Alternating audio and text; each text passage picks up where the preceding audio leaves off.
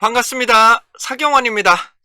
자, 이번 영상에서는 제가 비정형 데이터를 수집하기 위한 도구로서 제가 개발한 사파 API에 대한 프로그램을 간단하게 설명드리고, 그 중에서 주요 메뉴 기능인 URL, 그 다음에 API를 기준으로 자료를 수집하는 방법을 말씀 올리도록 하겠습니다. 이 부분은 매우 중요한 부분이니까 참고해 주셨으면 합니다.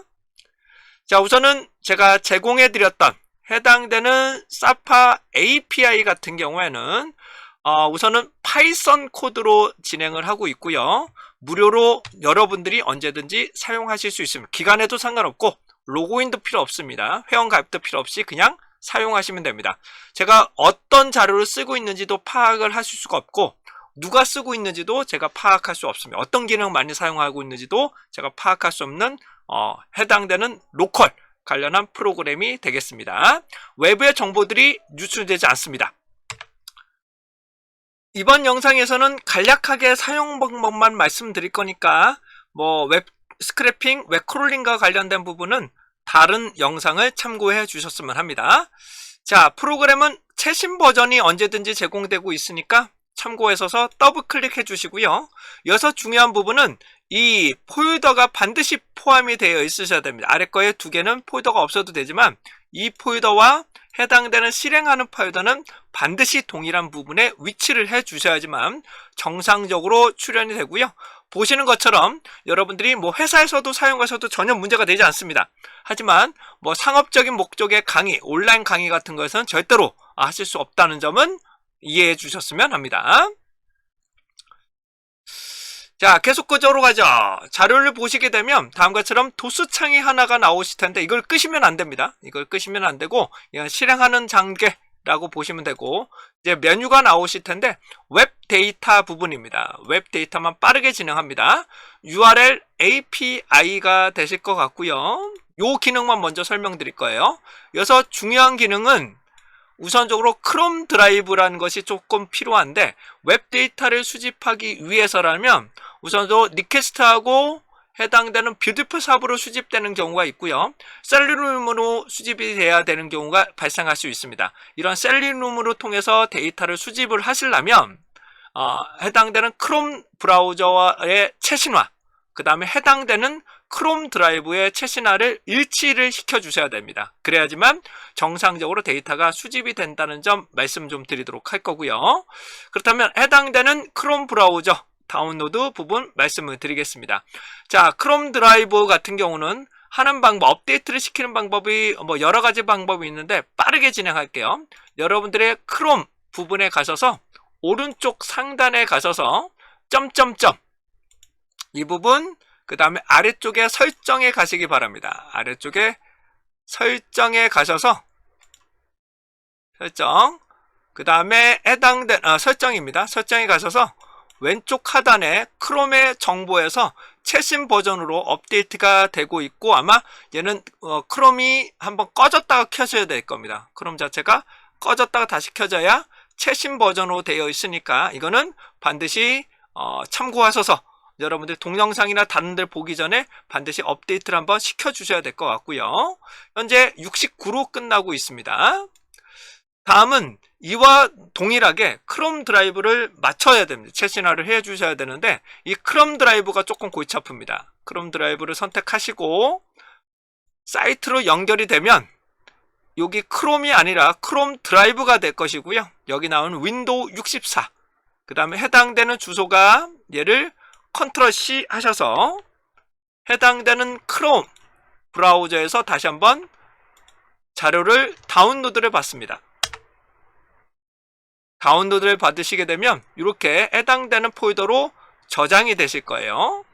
자, 저장이 되시게 되면 해당되는 폴더를 하나 열어보도록 하겠습니다. 저장된 폴더로 저장해 보겠습니다. 제가 구글이라는 곳에다가 저장을 했고요. 요걸 압축을 풀어보시면, 요 데이터를 압축을 풀어보시면 해당되는 또 폴더가 하나가 나오실 거고, 그 다음에 크롬 드라이브 64 라는 거, 요 EXE라고 아마 나오실 겁니다. 자, 그렇게 나올 경우 얘를 연동을 하는 겁니다. 얘를 소프트웨어에 해당하는 부분을 연동을 해 주셔야지만 정상적으로 실행이 된다는 점 말씀드리고요. 저는 얘를 앞으로 끄집어낼게요. 이 디렉토리가 너무 복잡해서 저는 해당되는 부분에다가 여기다가 카피해서 이동을 시켰습니다. 자, 그러면 여기다가 해당되는 부분을 연동을 시켜 볼 건데요. 얘를 더블 클릭을 한번 해보시면 도수창에 아마 68 버전으로 나올 겁니다. 얘가 해당하는 부분이. 그래서 동일시 된다. 거의 동일하게 버전으로 맞출 수가 있게 됩니다.